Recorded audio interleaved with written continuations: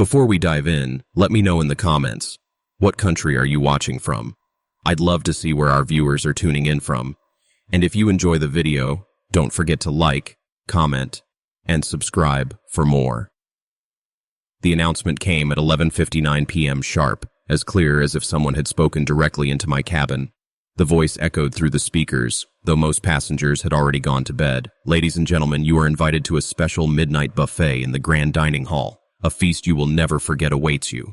But when I'd checked the daily cruise schedule earlier, there was nothing about a midnight event. My name is Evan Carter. I'm 35, from Louisville, Kentucky. I work in IT support, spending my days locked behind glowing monitors, dealing with endless calls from people who can't fix their own machines. This cruise was supposed to be a reset, a week of calm, fresh sea air, and no endless tickets from clueless bosses. I came alone, partly because my relationship had ended 6 months ago, and partly because I thought quiet time would help clear my head. I'm not much of a social person. I'm the kind who reads a book by the pool and listens to others laugh around me. But I saved up for this trip, hoping I'd return lighter than when I left. In the day, the ship had been brilliant, gleaming white steel sparkling under the sun, railings polished to a shine, and the air alive with chatter, glasses clinking, and endless announcements. But at night, everything shifted. The corridors grew too quiet, and the hum of the engines below deck pressed through the floor, rising through the soles of my shoes. The air changed too, no longer like the open sea, but more like stale carpet and disinfectant baked under harsh lights. Some nights, when walking back from dinner, I would hear muffled laughter through cabin doors, faint conversations. But tonight, after the strange announcement, the whole deck outside my room felt unnaturally silent. I told myself it had to be some mistake, maybe a glitch in the PA system, or maybe I'd been half asleep and imagined it. But curiosity gnaws at you the more you fight it. When I cracked my cabin door, the hallway stretched empty, fluorescent lights buzzing faintly overhead. No other doors opened, no footsteps followed, just me. That was the first moment I felt it, the sense that the invitation wasn't meant for everyone, only for those paying attention. I walked to the elevators, each step swallowed by the thick carpet. The call button lit up softly when I pressed it, and the elevator arrived without sound. The doors slid open with a flicker of light. I stepped in and pressed for Deck 5, the deck where the Grand Dining Hall sat. The cab jolted and began its descent. My reflection in the steel doors wavered in the dim light, pale, distorted. For a second, I thought the reflection's eyes weren't quite mine, but before I could be sure, the cab dinged. Deck 5. The hallway looked the same as always. Bright posters for comedy shows, the faint smell of polish in the air, and at the far end, the tall, ornate doors of the Grand Dining Hall. The brass handles gleamed, and the placard on the wall clearly read, "Closed after 10:30 p.m. No entry." I froze. The announcement had been clear, midnight buffet, yet the place was silent. No voices, no music, not even the smell of food. I grabbed the handle, locked, solid. Then came a sound, the faint clink of glasses, laughter, a soft swell of music drifting under the crack in the doors like smoke. Not modern music. Not poolside pop, strings, a violin, slow and haunting, joined by a piano, sharp and deliberate. I pressed my ear against the seam of the doors. The sounds grew sharper, cutlery tapping plates, glasses raised in toasts, chatter bubbling in the air. I could almost see it. Tables filled with guests, chandeliers glowing golden light over polished floors, servers gliding through the crowd. But none of it should have been there. My chest tightened. I backed away, pulse hammering. The music swelled louder, almost as if it had been turned up just for me. Then through the echoes, I heard my name, Evan, whispered like a toast, and then silence. My reflection twisted in the brass handle, lips curled in a smirk. I turned only to find the elevator doors open again. I hadn't pressed anything. For a second, a tall man stood inside, black suit, head tilted as though listening. His figure blurred, faint, as if my eyes couldn't decide if he was real. I blinked. Empty. I should have returned to my cabin, but instead, I stepped forward. As the doors closed, faint music hummed through the elevator walls. The elevator jolted again. When the doors slid open, I wasn't on Deck 5 anymore. The sign read, Deck 7, Lounges and Entertainment. But something was wrong. The carpet was darker, the lights weaker, like the bulbs had aged. The posters didn't advertise comedy nights or karaoke. They showed old cruise seasons, sepia-toned photographs of guests in vintage clothing, smiling with champagne glasses. only their eyes looked wrong, too dark, too hollow. The carpet smelled of mildew as I stepped out, the floor vibrating beneath me like a faint heartbeat.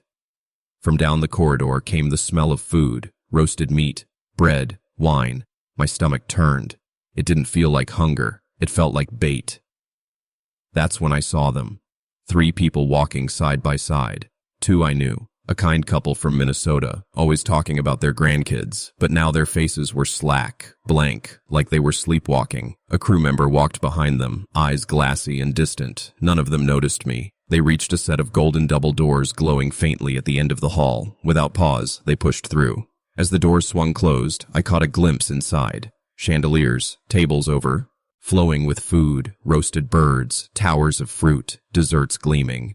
The room was packed with pale guests, eating, toasting silently. Some chewed endlessly, never stopping, never breathing. The air shimmered like heat rising from asphalt. Then the doors shut with a heavy click. I ran to them, yanking the handles, locked. I pressed my ear to the seam. Music poured out, violins sweeping, laughter bubbling, but twisted, off-key, stretched like a broken recording of joy. I whispered, "Hello? Can anyone hear me?" Everything stopped. For a moment, dead silence. Then dozens of voices whispered my name at once. Evan, soft, close, too close. My chest thundered. The elevator dinged again at the end of the hall. The doors slid open, empty, waiting. I walked back, each step heavier than the last. I glanced back one last time. The dining hall doors had cracked open. A sliver of golden light spilled out, and a hand reached through. The skin was gray, fingers too long, curling lazily to beckon me in. The skin shimmered faintly, like something crawled beneath it. I slammed the button. The doors closed, cutting off the whispers, the smell, the sight. The elevator shot up fast, stomach turning, lights flickering wildly before steadying. When the doors opened again, I was back on deck 9 near my cabin. Everything looked normal again. Bright, clean, faint sounds of TVs humming through walls. For a moment, I almost believed I'd imagined it all, a trick of my tired mind, or some cruel prank. I locked myself inside my cabin, shaking. That's when the phone rang. Not my cell, the cabin landline. The screen didn't show numbers, just one word, bed. The ring was slower, heavier, echoing in the walls themselves. I told myself not to answer, but it rang and rang until my hand shook above the receiver. On the 12th ring, I picked up. I didn't speak. At first, silence. Then came the faint clink of glasses, violins swelling, and 100 voices whispered together. "We saved you a seat." I slammed the phone down so hard the lamp rattled beside me. My breath raced like I'd run a mile. Then came the knock. 3 slow knocks on the cabin door. My heart froze. The sound wasn't impatient, not polite. It was calm, steady, like whoever was there already knew I was inside. Then a woman's voice, sing-song soft. "We've been waiting for you. Don't be rude." My blood ran cold. Nobody knew my name. I'd kept to myself all week. So how did they? I crept to the peephole. At first nothing, just the hall. Then she leaned into view. The older woman from Minnesota. Only her face wasn't slack anymore. Her mouth stretched impossibly wide, lips peeling back to reveal sharp, pointed teeth. Her eyes were pitch black, no whites at all. She tilted her head against the peephole and whispered, "Come eat heaven. It's delicious."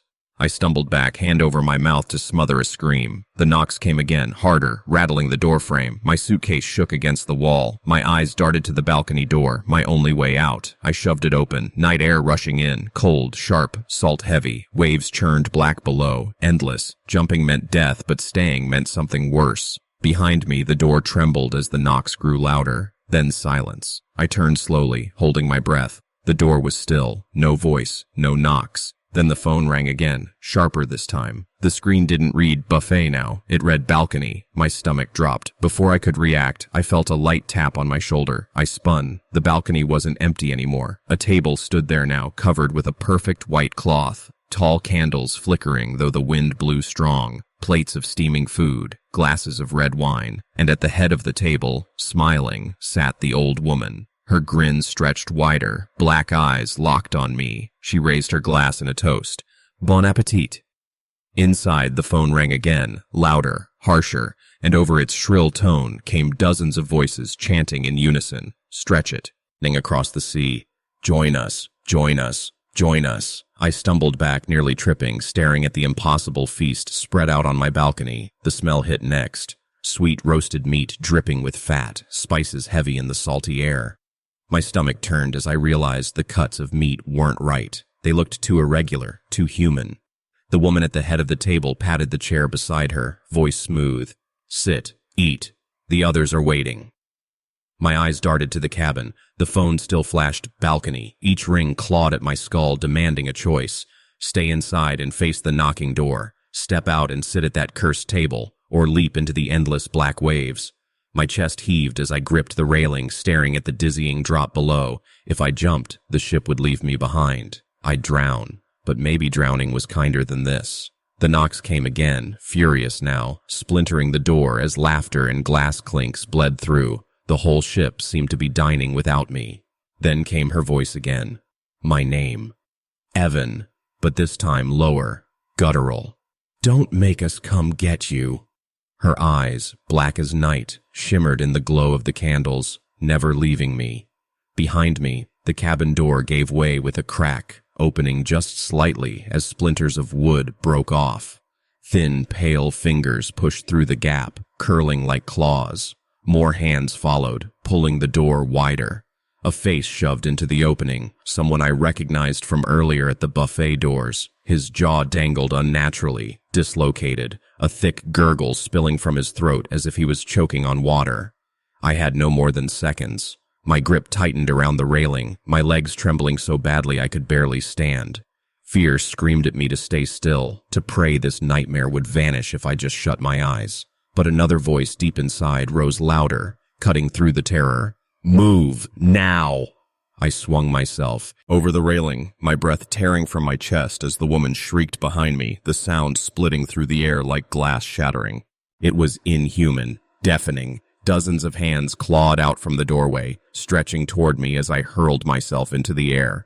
Then I was falling. The wind whipped past me, stealing the scream from my lips. My stomach shot into my chest as the black ocean rushed up, endless and merciless. I slammed into the surface, the cold smashing into me like stone, blasting the air from my lungs. My chest burned as I fought to the surface, breaking through with a gasp, sucking in the salty night air. Above me, the ship's lights glowed like a city drifting away, massive and indifferent, already leaving me behind. I screamed, flailed my arms, but no one looked. No one leaned over. The ship moved on, silent, as if I had never been there. Something brushed against my leg. I panicked, kicking wildly, heart hammering so hard it felt like it would split my ribs. A hand, or something shaped like one, clamped onto my ankle. I thrashed, tore free, my legs burning as I fought to stay above the waves. Salt water stung my mouth, pouring in as I choked. Then I heard it, faint, drifting from the ship's deck, carried by the night air. Violins, sweet, mocking, playing as though the party never ended.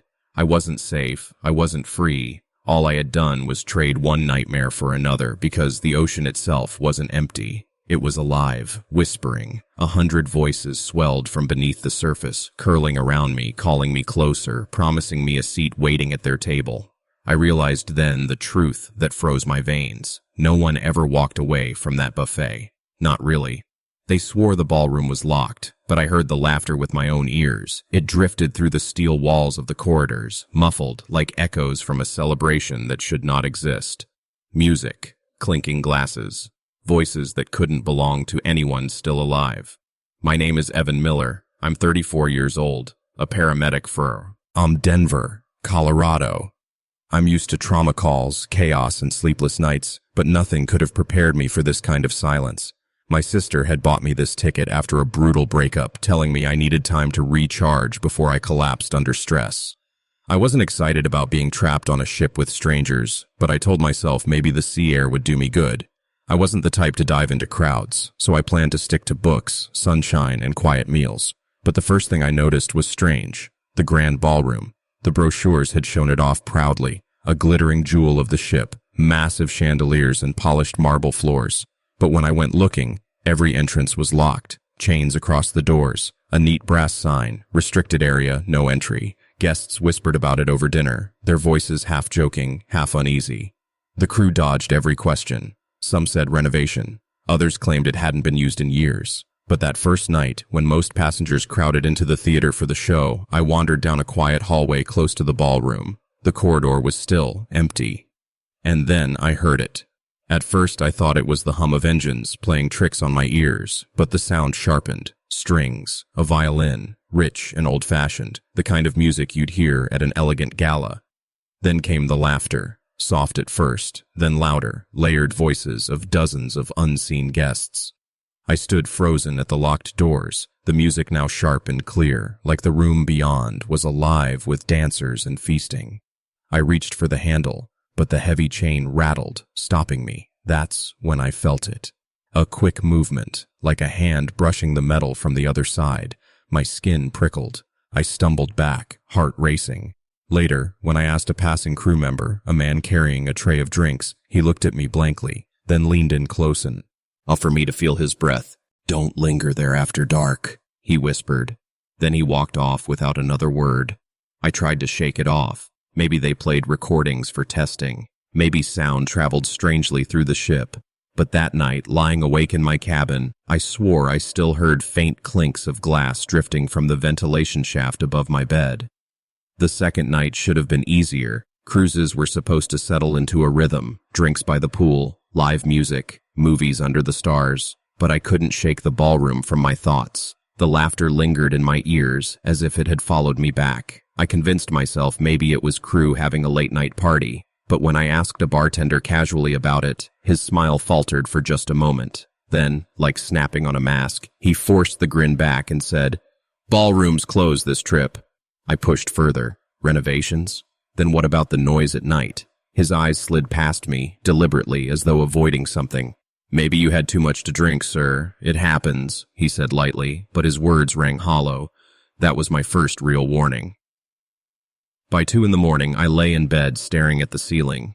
The low hum came again through the walls, faint but steady. At first I thought it was the engines. Then I caught the rhythm, a waltz. 3 beats, repeating, swirling. Underneath, glasses clinked, voices cheered, and then came a sound that didn't belong. The scrape of heavy chairs dragged across wood. I bolted upright, heart pounding. I wasn't imagining it. I opened the door. The corridor glowed faint orange in night mode. A few doors down, another passenger stood barefoot, her robe tied loosely, listening with wide eyes. She looked at me and whispered, "You hear it too?" Before I could answer, the sound stopped, cut off mid-laugh, leaving a silence worse than the noise itself. We both stood frozen. Then, faintly, from 2 decks below, behind the ballroom doors, came another drag. One long scrape. That was the last normal moment of my trip. The next morning, I went down to deck 5, to the ballroom entrance. It looked pristine. Brass handles polished, glass doors chained tight. A printed sign read, "Closed for maintenance. No entry." I leaned close. The glass shone spotless, almost unnaturally clean. But when I cupped my hands to block the glare and peered inside, I noticed something. Smudges, long streaks, as if fingers had pressed against the glass from the other side. My chest tightened. Something pushed me further. I pressed my ear to the door. At first, silence. Then I noticed the strangest thing of all. The glass wasn't cold like it should have been in the air-conditioned hall. It was warm, almost feverishly warm. When I stepped back, a man in a cream-colored server's jacket stood just a few feet away, quietly watching me. His clothes looked neat and sharp, but they didn't match the modern crew uniforms I'd seen at dinner. This uniform looked old, like it came from another time. He didn't say a word, just gave me a faint smile as though I'd interrupted something private. Then he turned quickly and walked down the corridor.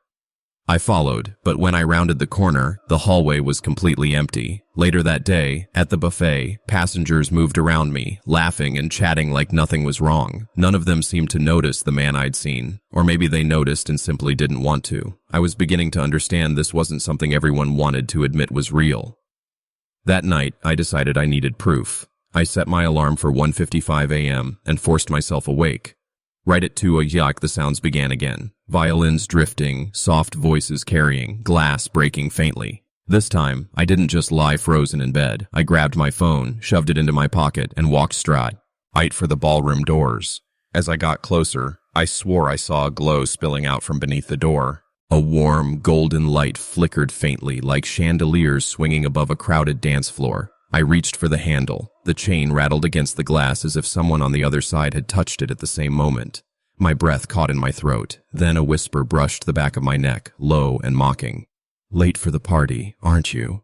I spun around, but the corridor was empty. My body screamed to run, but instead I lifted my phone and recorded the door. And what appeared on the screen wasn't my reflection. It was dozens of shadowy figures swirling in slow motion, their faces turning toward me, every single one smiling.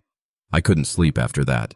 I lay awake with my phone on my chest, staring at the paused frame where the ballroom door showed people who weren't there. Each time I pressed play, they shifted differently, never repeating. They weren't a glitch. They were moving, watching me.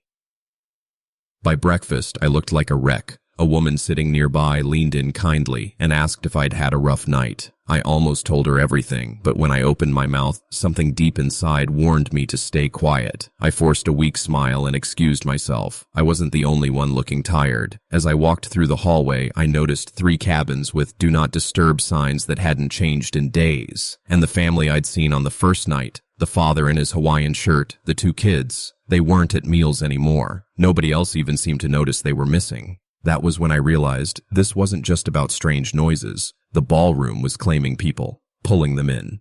That afternoon, when the ship was busy on the pool deck, I slipped back down to deck 5. The chain was still tight, the sign still hanging, but there was something new.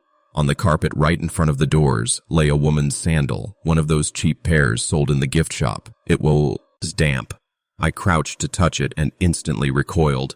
The sole was sticky, not with water but with something thicker. My hand carried a faint metallic smell afterward. Iron. My stomach churned. Then footsteps echoed. My heart jumped, but it was only a crew member pushing a mop bucket. His eyes flicked to the sandal in my hand, then to me. Without stopping, he muttered, "You shouldn't linger here."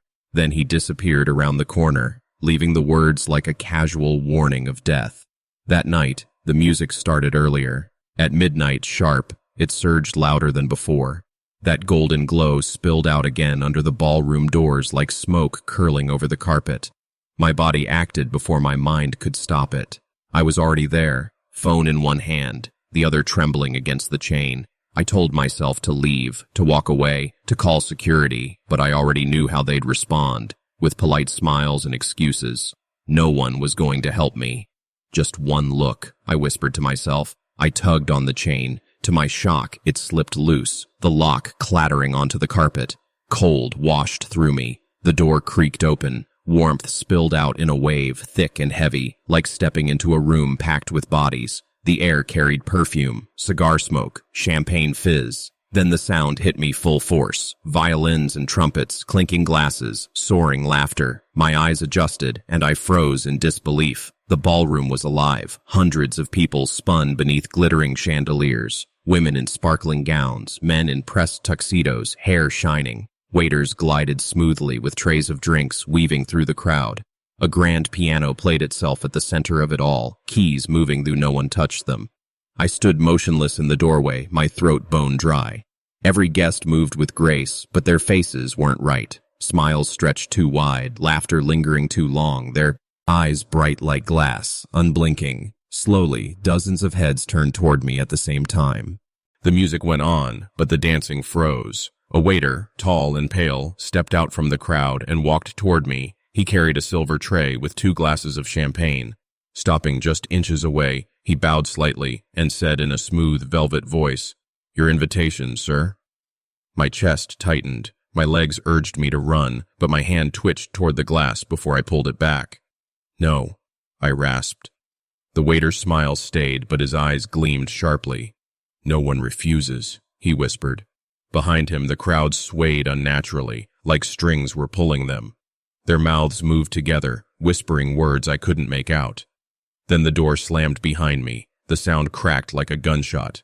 My stomach dropped. I spun, clawing at the handle, but it wouldn't move. The chain I'd pulled loose was suddenly back, wrapped tightly around the lock.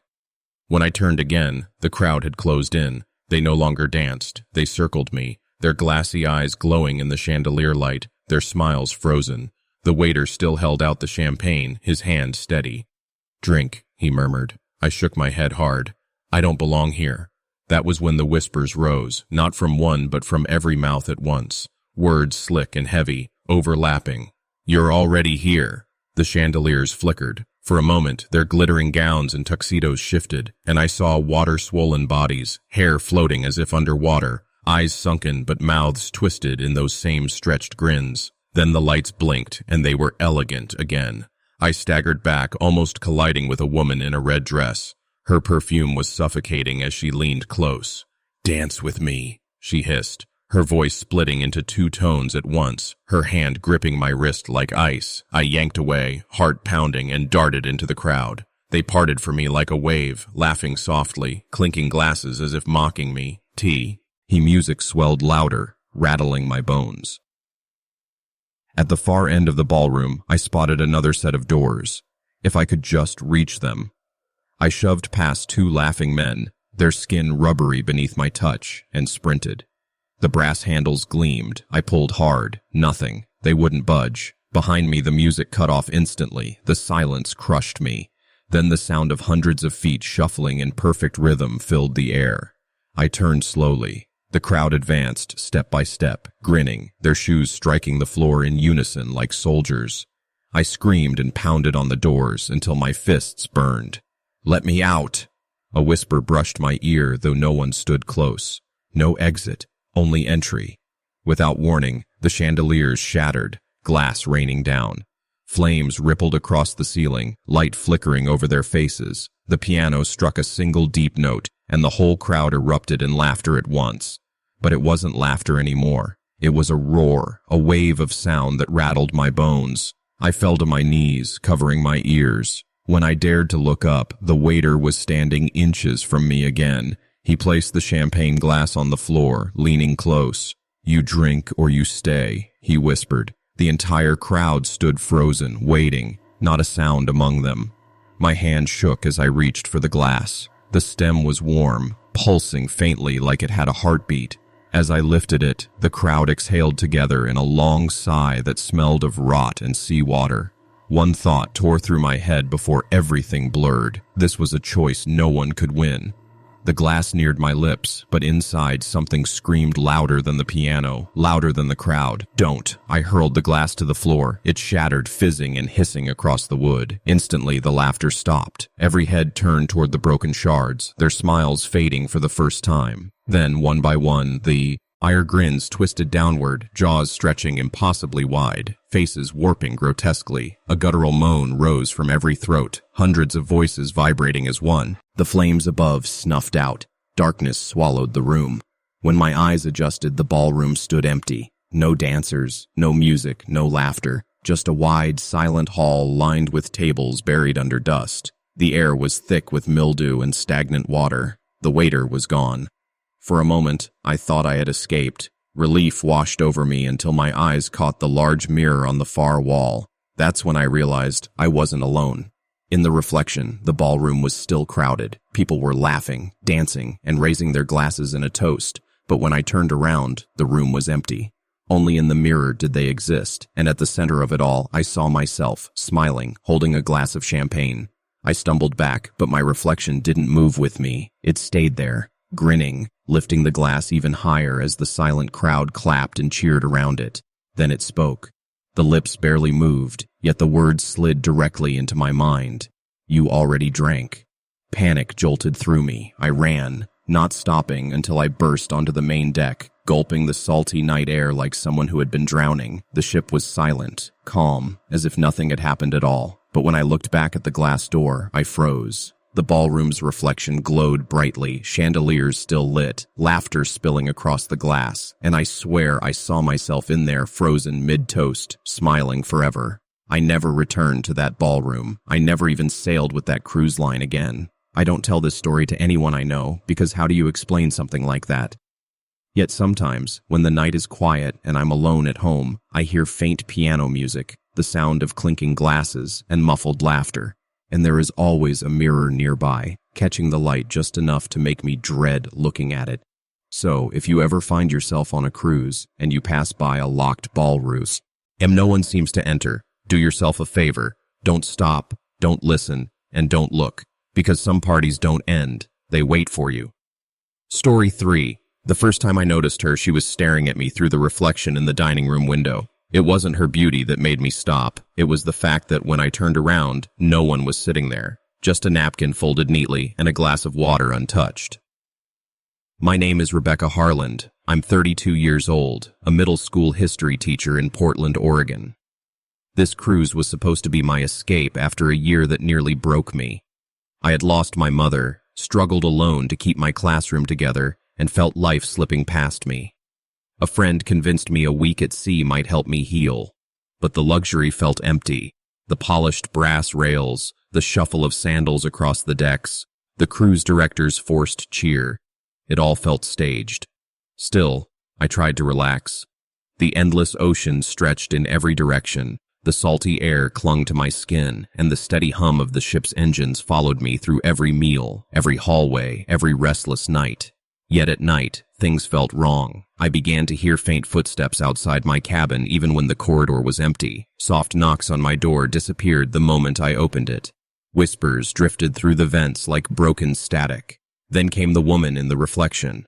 Her dark hair was pinned neatly back, her lips painted a deep shade of red far too elegant for a casual cruise. Her dress wasn't modern, silk and vintage, something from the 1940s, glowing faintly beneath the dining room chandeliers. But her eyes weren't fixed on me. It felt like she was staring through me at something I couldn't see.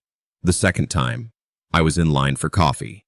I glanced at the polished steel of the espresso machine, and there she was again. But when I turned, no one stood behind me. A crewmate. Ember noticed my confusion and asked if I was all right. I almost told him what I'd seen, but the way his face shifted, the flicker of recognition quickly buried under a practiced smile, made me stay silent. That night, another sound joined the knocking and whispers, a faint clink like a glass set gently on a table. I sat up in bed, staring at the empty tray table. The sound didn't stop. My heart raced. I pressed my hands to my ears, whispering that I was just tired, my grief twisting my mind. But when I opened my eyes, I saw her in the reflection of the porthole, seated calmly at my desk. She was smiling faintly, as if waiting for me to answer. And then I heard it, a calm voice in the room, though her lips never moved. Don't accept the drink. I barely slept.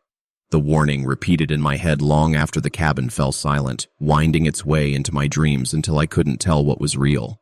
By morning, I almost convinced myself it had been nothing. Almost. At breakfast, I tried to shake it off, sipping coffee by the window.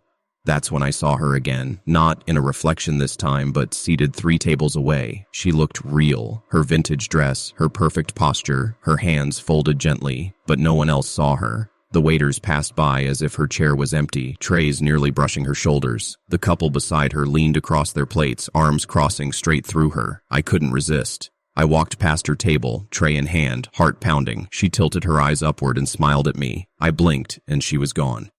A sharp voice startled me. "Miss, are you okay?" A waiter by the coffee station stared at me. His concern wasn't casual. It felt like he was catching me breaking a rule I didn't know existed. I muttered something and left quickly, but the rest of the day, I couldn't shake the feeling of being watched. On the pool deck, my sunglasses caught her reflection in a chair behind me, in the mirrored elevado. Her doors. Her pale face stared as they slid shut. Each time I turned, there was nothing. Finally, I went to the front desk. Keeping my voice low, I said, "This is going to sound insane, but I keep seeing a woman who doesn't seem real." The receptionist's smile tightened, rehearsed. "We've had guests report odd experiences before. Stress, seasickness, dehydration. It can cause disorientation." "No," I said firmly. "She's there. I know what I saw." For a second, her eyes flicked to an officer nearby. He shook his head ever so slightly, and she leaned forward, lowering her voice. "Don't let her offer you anything." The words punched the air from my chest. I stumbled back, her forced smile following me as though nothing had been said. That night, I locked my door, stuffed towels under the crack, and turned on every light, but I still felt her presence. At 2:14 a.m., the clinking sound returned. My pulse pounded as I stared at the desk. Sitting there was a crystal glass filled with deep red liquid, condensation running down the sides. I hadn't ordered room service. I hadn't left the room. In the porthole reflection, she was there again, lifting her own glass in a silent toast. Her lips never moved, but her voice echoed through the cabin, calm and commanding. "Drink and join us." I didn't touch it. I grabbed the glass, shoved it into the sink, and turned on the faucet. The red liquid spiraled down the drain, releasing a faint metallic scent, like copper coins left in the sun. My stomach turned. When I looked back, the glass was gone. The sink was empty. There was no way I could sleep after that. I left the TV running, letting the canned laughter fill the cabin, anything to keep silence from swallowing me whole. By morning, I was exhausted, my nerves shredded. I needed proof that I wasn't imagining everything. At breakfast, I scanned the dining hall. Families chatted, kids licked ice cream cones far too early in the day. Retirees sipped coffee, couples leaned close together. All of it seemed perfectly normal. I started to wonder if maybe she was gone, if maybe the nightmare had ended. Then I saw him, a young man at the far end of the hall, mid-sentence with his friend, when suddenly a glass appeared on the table before him. No waiter, no tray, just there, tall and crystal clear, filled with the same deep red liquid I had seen before. My fork slipped from my fingers, clattering against my plate. My pulse pounded as I shoved my chair back. His friend didn't even notice. They kept talking like nothing had happened. But the young man stared at the glass, wide-eyed, confused. Then slowly, hesitantly, he lifted it. "No," I whispered under my breath, but it was too late. He tipped it back, drank deeply, and then smiled faintly, as if something inside him had finally eased. And just like that, in the next blink, he was gone. His chair sat empty. His friend was still laughing, still chatting, not even noticing his absence. My heart raced as I stumbled back to the reception desk, demanding answers. But the woman from before wasn't there. Instead, a man with gray at his temples and sharp, watchful eyes stepped forward. "You need to stop asking questions, Miss Calloway," he said softly. But beneath his calm tone was something sharp, something that felt like a warning. I refused to back down. "That man disappeared. I saw it happen. You can't just pretend it didn't." His gaze flickered with something like pity before he muttered, "Check your daily program. See if his name is listed anywhere." I ran back to my cabin, snatched up the booklet they slid under the door every morning, and flipped through the names, the schedules, the activities. His name wasn't there. Not even the trivia contest he'd bragged about the day before. It was as though he had never existed.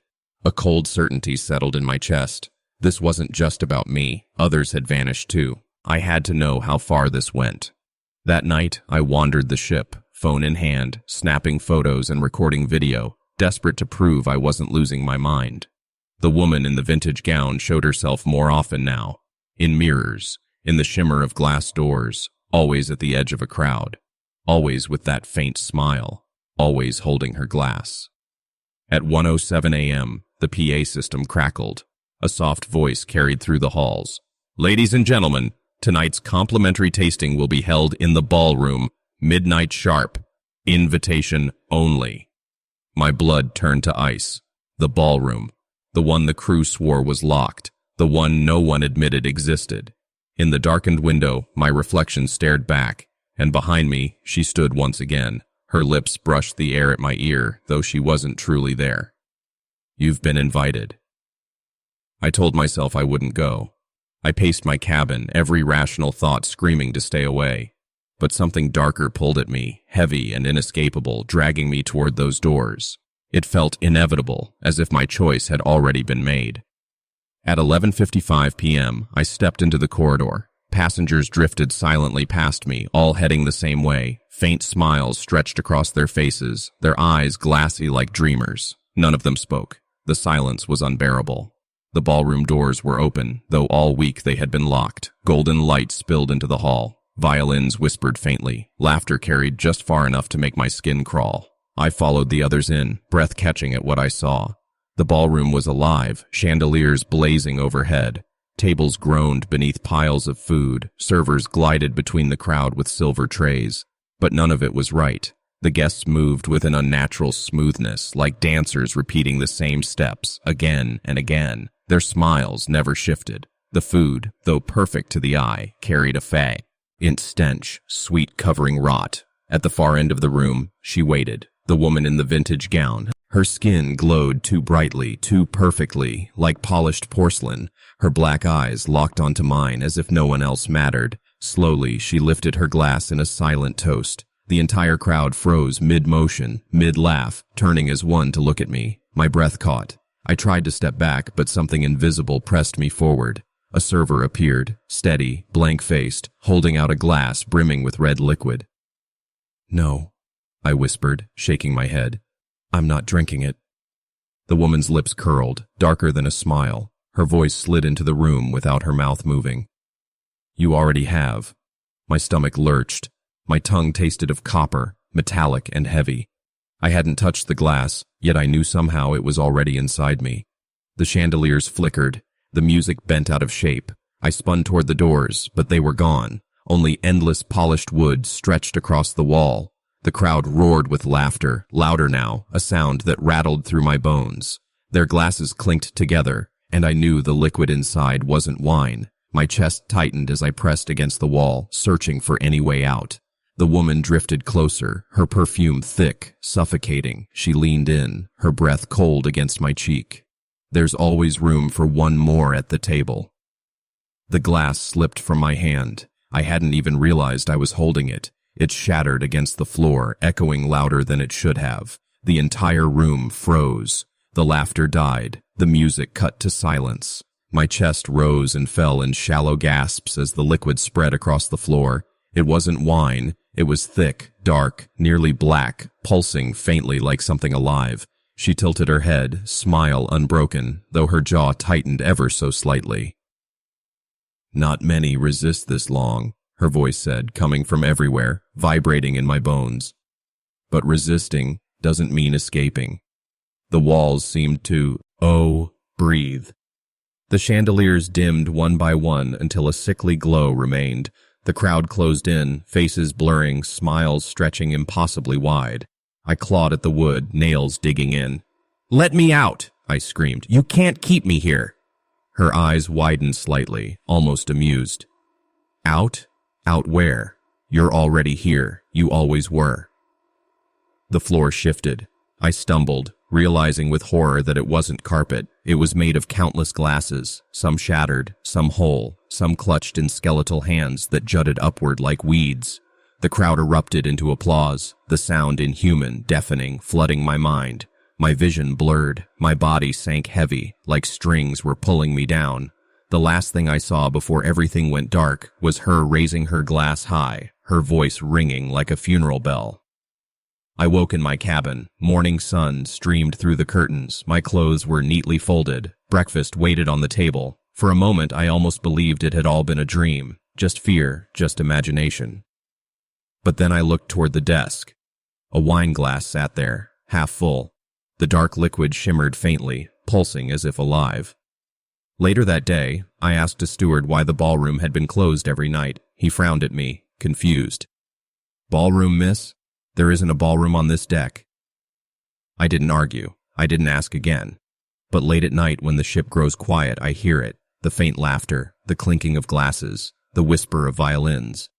And on my desk, the glass still waits, as though daring me to finish a drink I don't remember ever taking. Story 4. They say the ocean has a way of showing you parts of yourself you never wanted to see. I never believed that until the night I saw myself walking down a hallway on a ship I had boarded alone. I wasn't drunk. I wasn't hallucinating. I know what I saw. And once you lock eyes with a version of yourself that shouldn't exist, there's no way back. My name is Ethan Cole. I'm 34, a freelance graphic designer from Portland, Oregon. I'm not the type to book cruises. I'm introverted, happier with a laptop in a coffee shop than with strangers and overpriced cocktails. But after a brutal breakup and months of loneliness, I thought 7 days at sea might help me reset. My sister had even teased, "You need people, Ethan, or you'll end up talking to yourself." I wish she'd known how true that would become.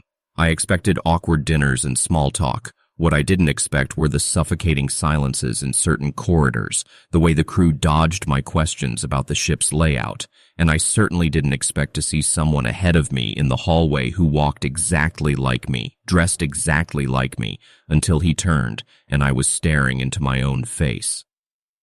I froze, my hand hovering against the railing, every breath caught in my throat. He was me, down to the denim jacket with the frayed cuff on the sleeve. It wasn't a resemblance. It was identical. I blinked, and for a heartbeat, the lights overhead flickered. When they steadied, he was gone. The only sound was the steady hum of the ship's engine beneath my feet. I tried to tell myself it was exhaustion, too much sun, maybe a drink too many at the lounge, but that didn't explain the smudge on the mirrored wall where his shoulder had brushed. I touched it. It was warm. Dinner was impossible that night. I sat at a table alone, picking at salmon I barely tasted. Across from me, a couple whispered. The woman kept sneaking glances at me, her face unsettled. When our eyes met, she looked afraid, as though she recognized me in some way that didn't make sense. Later, restless in my cabin, I went to the observation deck. The sea stretched endlessly, waves black and endless. That's when I heard them. Footsteps. Slow, steady, keeping time with mine. I turned, and there he was again, not 10 feet away, standing beneath the pale glow of a deck light. My face, my eyes, but his expression was raw. It was empty, hollow, like a mask pretending to be alive. I backed toward the door, my heart slamming against my ribs. Just then, a crew member appeared, a young man in a white uniform jacket. I pointed, struggling to breathe. "Do you see him?" "Right there." The crewman frowned, glancing past me. "Sir, there's no one here." I spun around, but the deck was empty. Nothing but dark sea, the sound of waves, the smell of salt and fuel. The crewman studied me for a second, his polite smile stiff, not touching his eyes. "It's normal to feel off on long trips," he said softly, like he was reading from a script. "Try to rest." Then he walked away, leaving me in the shadows. That was the first time I felt it, the dreadful thought that maybe no one else could see him, or worse, maybe the crew knew and refused to admit it. Back in my cabin, I sat on the bed with my phone in hand. I hit record, whispering shakily. If you're hearing this, take a second to subscribe to Eerie Hour. It helps keep these stories alive, and you'll want to hear the rest because I don't know how much longer I'll be around to tell it. My voice cracked. The lamp on the nightstand flickered once, then steadied. In the dark reflection of the cabin's glass door, I saw him. Movement, a figure behind me. I didn't sleep that night. Every time I closed my eyes, I imagined him standing just past the door, waiting. I kept the lamp on, though the bulb buzzed faintly, flickering like it was ready to die. My suitcase lay open on the floor, and I stared at my own clothes as if they weren't mine anymore, like he'd already worn them. By morning, I almost believed it had been a nightmare. The sunlight cutting through the blinds felt sharp, grounding. I forced myself into routine. Shower, breakfast, a walk on deck. That was the last normal thing I'd do. At the buffet, I reached for scrambled eggs when I saw him again, not far off this time. He was right beside me, sliding a plate onto the counter. His hand brushed mine. Cold, clammy, a jolt shooting up my arm. I dropped the spoon with a loud clatter, spun toward him, ready to shout. But he was already walking away through the crowd of passengers. No one reacted. No one seemed to notice. Just the clinking of dishes, the usual chatter. I chased him down a corridor, lungs burning, but something was wrong. The hallway stretched longer than I remembered, cabin numbers repeating. 214, 216, then 214 again. My footsteps echoed strangely, as if the air was too thick.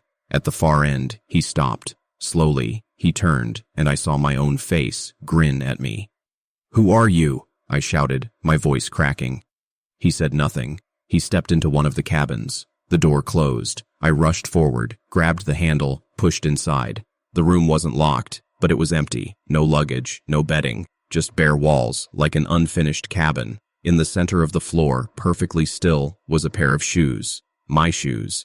I stumbled back, almost falling. I knew I'd left those exact sneakers in my closet. I ran back to my cabin, threw open the door. There they were, sitting neatly where I had left them. I clutched the doorframe, shaking so hard I could barely breathe. I wasn't losing my mind. I couldn't be, but it felt like the ship itself was bending around him, warping to make room.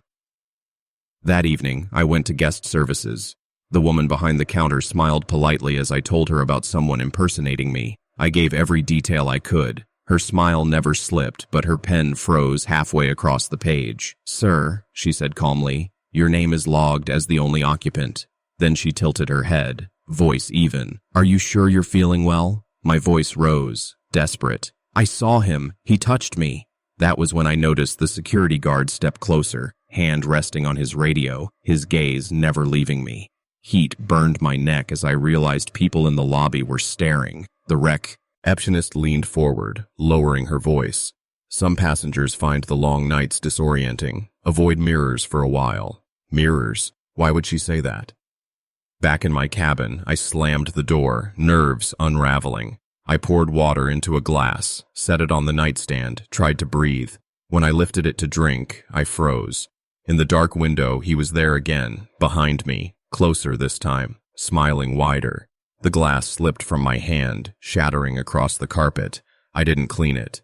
The shards glimmered faintly under the lamp's flicker. My pulse thundered in my ears. I paced the room, unable to sit. Every reflection, the TV screen, the chrome dresser handle, the balcony door's glass, moved slower than me, lagging like a broken copy.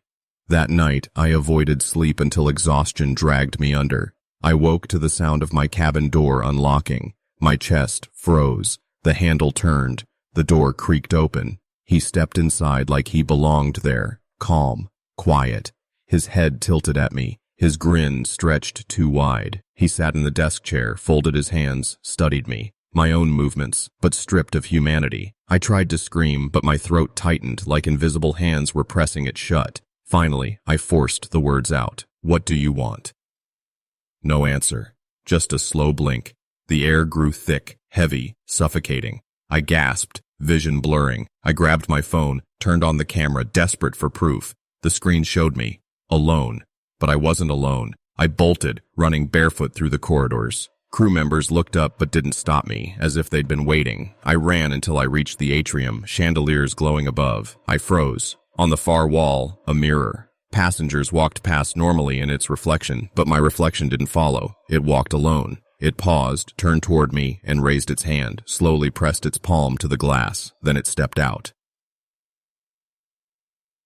Gasps, roar, ippled. A few screamed. Chairs clattered. I spun toward them, begging for help, but their faces blurred, every one of them blurred except his. He lunged, knocking me to the ground. His strength was mine, but steadier, controlled. His hands locked around my throat. Black spots filled my vision. Then, gone.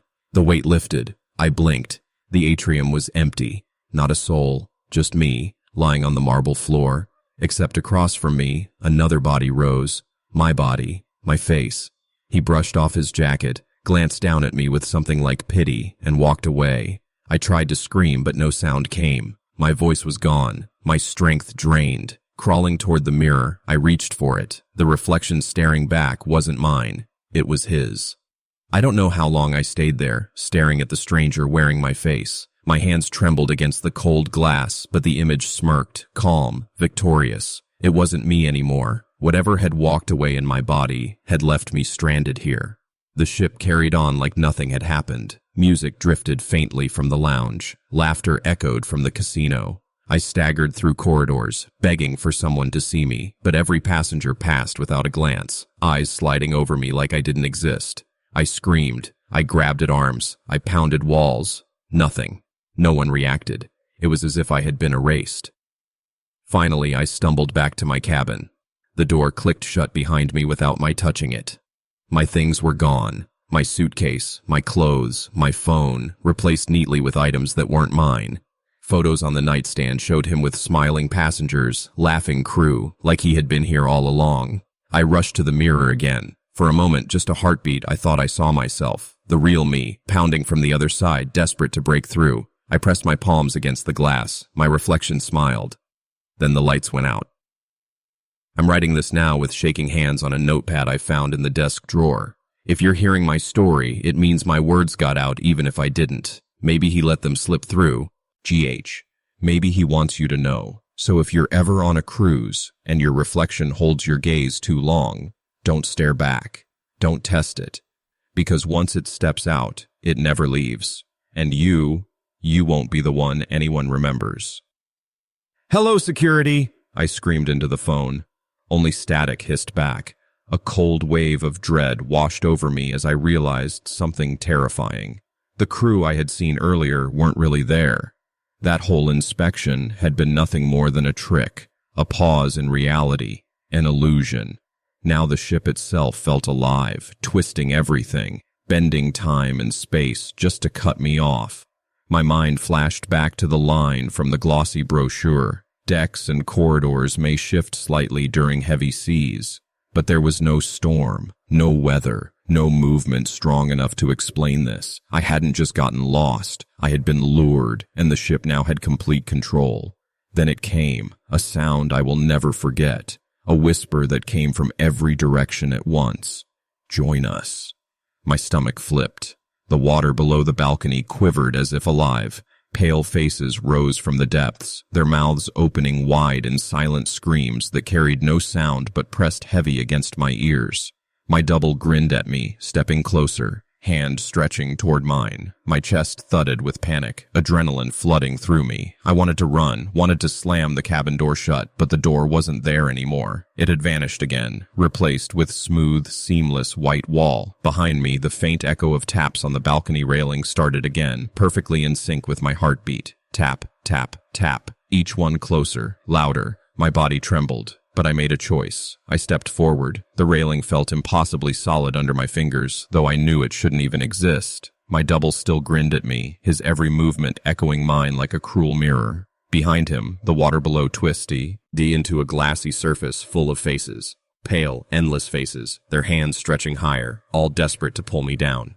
Every nerve screamed for me to turn back, to run, but there was nowhere to run. No door, no escape. Only the endless balcony stretching into shadows. I shuffled forward, terrified, and he copied me exactly. Each movement exaggerated, deliberate, as if mocking me. "Michael," he said. His voice was my own, but twisted, hollow, warped like it had been dragged through water. "Step forward. Join us." My stomach heaved and I nearly doubled over. I could see them all now, every missing passenger. They were climbing up, their blank eyes fixed on me, their soaked clothes clinging to them. I recognized some of their faces, people I had passed in hallways, smiled at in the dining room. Now they were here, stretching out impossible hands that seemed too long, clawing for me. My knees shook, my foot slipped on the slick balcony floor, and I almost toppled forward into that churning water. But instead of drowning waves, the surface rippled into a mirror. And inside it, dozens of versions of me screamed, trapped beneath the reflection, mouths open but soundless. I felt like I was looking into eternity, each version of me stuck forever. My will broke. My hand rose, trembling, inching toward his, almost by instinct, ready to give in. But then, in the corner of my vision, something flickered.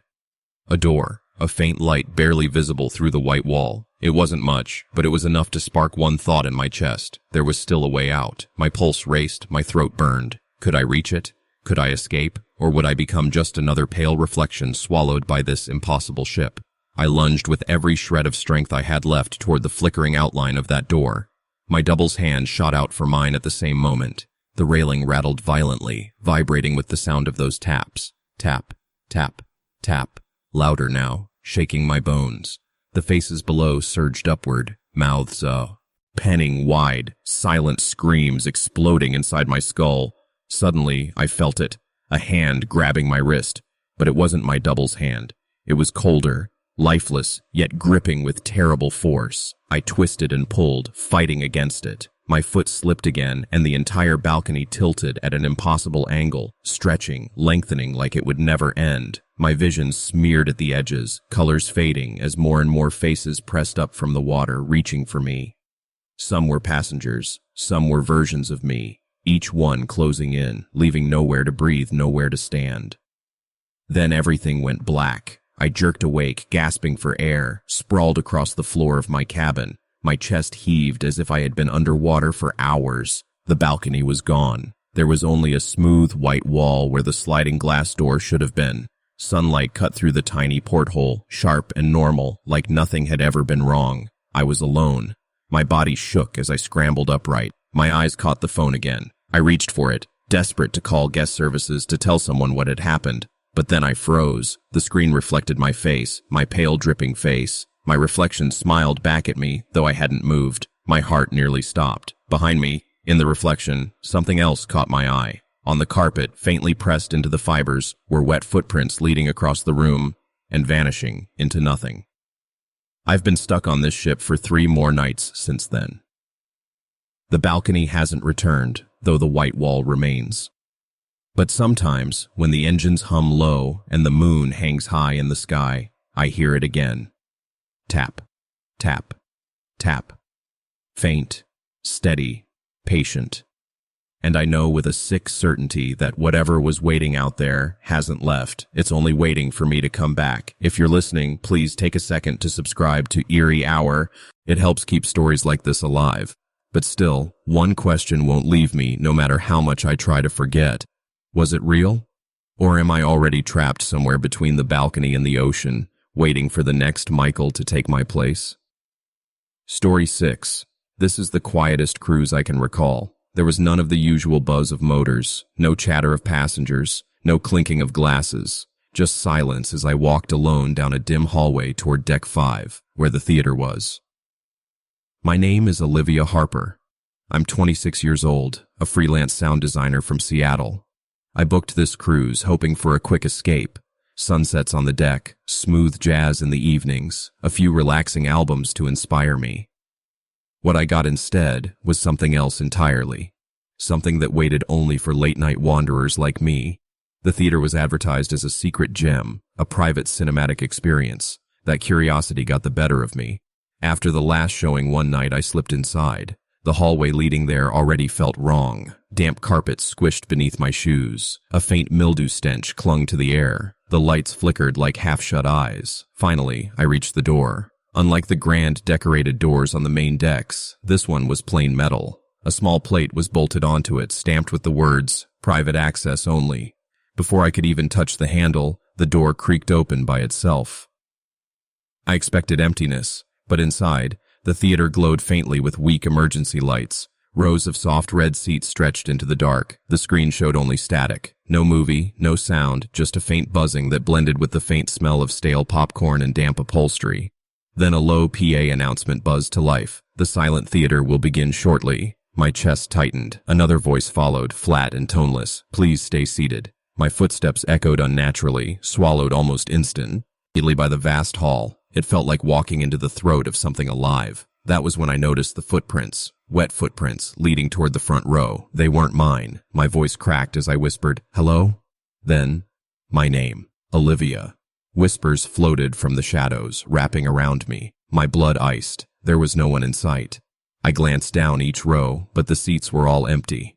Still, the whispers pressed closer, hushed voices overlapping, impossible to follow. At the front row, something waited. On one of the seats, a brass packet shimmered under the dim lights. My stomach dropped when I saw my name etched onto it. My fingers hesitated, but I picked it up. Instantly, the air grew cold, so cold I could see my breath curl in the air. My skin prickled with goosebumps. Then I saw it. A shadow shifted behind the screen. My hand shot to my camera, raising it, zooming in through the weak light. A figure stood there, pale, rigid, dressed in a crew member's uniform.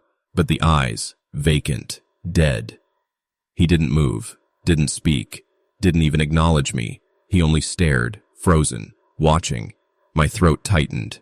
The screen flickered again, harder this time. And then the room changed. The rows of chairs weren't ending. They stretched further, past the walls, contorting into angles that made no sense. The theater expanded before me in ways I couldn't comprehend, rows upon rows, multiplying endlessly. Whispers rose higher, layered over each other, until they became almost unbearable. "She shouldn't be here. She shouldn't be here," over and over, rising into a chant. My chest burned, my hands shook, but I snapped picture after picture, desperate for proof. I forced myself to glance down at the images, and that was when my heart stopped. The photos showed faces, dozens of faces, blank and pale, filling the seats. Not empty rows, not shadows, faces. I recognized them. Paul, singers who had vanished from the ship days earlier, staring silently at me from the impossible rows of endless chairs. I tried to leave, but the door I had come through was gone. Instead, a narrow side door opened, leading into another row of endless seats. That's when something strange happened. A small brass key slipped from my pocket, warm against my hand, though I didn't remember ever putting it there. The whispers grew louder, blending into layers of voices. I held the key tightly and looked out at the countless rows of chairs. Shadows moved too quickly between them, impossible to follow. Then, cutting through the whispers, a woman's voice spoke clearly. "You record everything?" I stammered out. "Yes," she replied. Then make sure they don't forget. My chest tightened. The PA system crackled again. Welcome. Enjoy the show. The seats stretched further than any theater should, bending and overlapping at impossible angles. I tried to count the rows, but every time I thought I had, another appeared. The whispers swelled louder, urging me to stay. The key pulsed like it was alive in my palm. Then I noticed the mirrors along the walls. Faces were pressed against them, pale and expressionless, moving in perfect eerie rhythm. They weren't mine. They were passengers who had vanished, their blank eyes fixed on me. I turned back toward the side door, desperate to escape, but each step echoed unnaturally long, as though time itself stretched with me. Behind me came footsteps, slow, careful, deliberate, matching mine. I spun around, nothing but shifting shadows. Speaking into my recorder, I tried to describe the impossible space, the way the theater kept stretching. Each time I looked back at the screen, the static shifted, showing glimpses of faces I didn't know, but they were all watching me, their eyes too real. The key gleamed again, and without thinking, I slipped it into a small brass slot near the edge of the stage. The floor trembled. A hidden panel opened, revealing a thin staircase spiraling down into shadows lit only by faint glowing drops of light. My instincts screamed to run, but curiosity was stronger. Holding the camera, I started down. The whispers turned into words now, repeating again and again, "Don't leave, don't leave." At the bottom was a room half filled with water. The surface rippled like it was alive, keeping rhythm with the voices. My steps splashed softly, echoing against the walls. In chairs above the water sat silent passengers, frozen, their clothes damp, their eyes unblinking. Some still wore pajamas, others evening wear. The sight made my stomach twist. Then, at the far end, a crew member appeared, her uniform spotless, her face unreadable. She motioned to the passengers and said flatly, "They observe. You record. That is your job." I felt the weight of her words, even without fully understanding. Fear crawled through me, but I couldn't stop. I kept recording every detail, every impossible reflection. If anyone finds this, I beg you, subscribe to Eerie Hour. It's the only way these stories survive. As I moved further, I tried to spot familiar faces among the frozen passengers. Then I stopped cold. Just above the water floated the brass key, glowing brighter than before. Shadows beneath the surface twisted into shapes too wrong to name. From above, vents released a faint melody. Each note unsettled me, clawing at my chest. I didn't recognize the song, but it made me weak. The passengers' heads turned toward me all at once, their eyes locked on mine. My body moved without my control, pulling me closer to the water. I fought to step back, but invisible pressure pushed me forward. Chairs multiplied around me, reflections repeated endlessly. Time stretched and snapped like elastic. A voice whispered directly in my ear, "You can leave, but you must give something in return." I whipped around. No one. Then I saw her. My is stare, or at least she looked like her. She stood among the passengers, pale-eyed, her movements stiff. Relief and dread tangled inside me. She lifted her hand slowly, beckoning me closer. My chest ached. She wasn't really her anymore. She was part of whatever this was. The key throbbed hot in my pocket. I pulled it out, raising it above the water. Instantly, the shadows flinched back, the rows of chairs glittering with unnatural light. The whole theater warped, folding inward. I realized the key wasn't just an object. It was the only way through this impossible place. Then another crew member stepped onto the stage. Perfect uniform, emotionless face. She pointed to a hidden panel below the screen. My way out. The whispers grew sharper. Join us. Stay forever. Don't leave. But I ignored them, forcing my way through the knee-deep water. The reflections in the mirrors twisted, some showing my sister's face, others blank and pale. I reached the panel and pulled it open, revealing another narrow staircase descending into shadows. The theater seemed to breathe, its angles shifting as though alive. My sister's figure stared at me, lips moving in a silent lullaby. Panic drove me forward. I ran, clutching the key. Footsteps echoed all around, too many to count. The water stirred violently, shadows rising beneath it. At the bottom of the stairs was a plain wooden door, unmarked. I shoved the key into a slot along its frame. With a groan, the door opened, pouring out a warm, golden light. Real light. I fell through, collapsing onto an upper deck. The theater was gone. No seats, no whispers, no impossible rows. just sunlight and ordinary life above. But the truth clawed at me. My sister was gone. I had left her behind, swallowed by that place. Yet the key remained in my hand, glowing faintly. And somewhere deep inside the ship, I heard it, a slow, deliberate sequence of 3 knocks, echoing from nowhere and everywhere at once. I staggered up onto the deck, my heart racing. More. Ning light bathed the cruise ship. Passengers laughed. Music played. But I couldn't unsee what I had seen. Shaking, I rushed to guest services, desperate for answers. "Deck 5, I said. "The theater, there were people." The clerk smiled politely, blinking. "I'm sorry, sir, there's no theater on Deck 5. Are you feeling all right?" My stomach dropped. They were lying. I could feel it. I left quickly, wandering the ship for proof. Crew passed me with hollow eyes and empty smiles, guiding passengers like puppets. Then I saw it, a reflection in the polished handrail, a row of pale faces staring back at me, silent, unblinking. That night, curiosity consumed me. I returned to Deck 5. The hallway was ordinary, no doors, no sound of water, but the carpet still felt damp beneath my shoes. The emergency lights hummed faintly, and in the silence, I heard it again, the faint lullaby echoing only in my head. I searched the ship's logs later, but there was no record of a theater, no missing passengers, no strange events, nothing, as if it had never existed. Yet the brass key still glowed in my pocket, urging me deeper into the ship. The whispers grew frantic now, overlapping. "Come back, come back, come back." Shadows lurked at the edges of my sight. I lifted my camera, recording everything. No one would believe me otherwise. Then the knocks came again. 3 slow, deliberate strikes, vibrating through the air. My body froze. It wasn't coming from any wall or floor. It was coming from between worlds, from the theater that was never supposed to exist. The realization hit me. It hadn't disappeared. It had only let me go for now. It was waiting for someone else to stumble into its trap. My pulse hammered as the brass key glimmered, its last faint glow flickering in the dark. The air rippled, bending like a hidden doorway about to open. Then, silence. The knocking stopped. My sister never came back. The missing passengers never returned. The ship carried on as though nothing had happened. Passengers laughing, crew smiling.